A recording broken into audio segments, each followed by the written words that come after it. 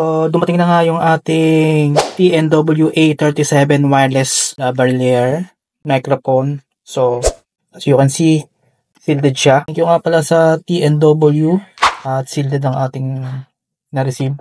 Wow! Sa likod ng box, makikita natin is wireless connection. Meron siyang noise reduction.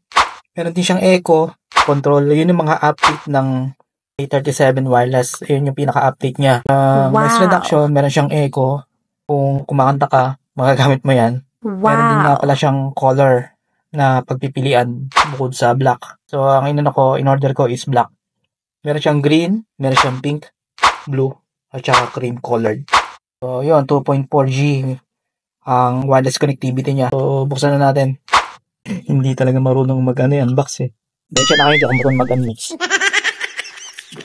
Yan yung plastic. So, ito muna sa ibabaw. Nandito pala. Natutulak pala sa taas. Okay. So, merong pouch. Ang ating mic. Merong pouch. And, lagyan na natin ito dito. Meron siyang USB. Tingnan natin yung nakabox ko yung USB. Ito yung para sa charging. Meron ding pin. Ilalagay din yung magnet dito.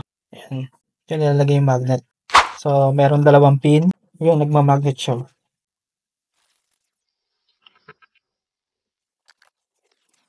So, magnetic sa magnetic. Wow! And then, sa box, USB para sa charging.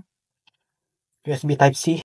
And then, dalawang wind protector. Or, tawag dito is, ano ba itong isa tawag dito? So, wind protector, dalawa. And then, sa loob ng isang box is lanyard. Lanyard strap holder para sa para dito. Para sa lanyard. Para pwede mong i-magnet. Para pwede mong parang ID lang siya. No? Wow! So, yun lang naman ng box na maliit. And then, yun, yung user manual. Titignan natin yan mamaya. User manual. And then, ito na. Yung box. TNW charging hub. Ito yung charging hub niya. At yun po ang nilalaman ng ating TNW 2.4G wireless lavalier microphone. Pwedeng-pwede na nga po siya sa Android at iOS. So, nandyan lang ang link mga tropa. I-check out nyo na habang mura pa. Salamat!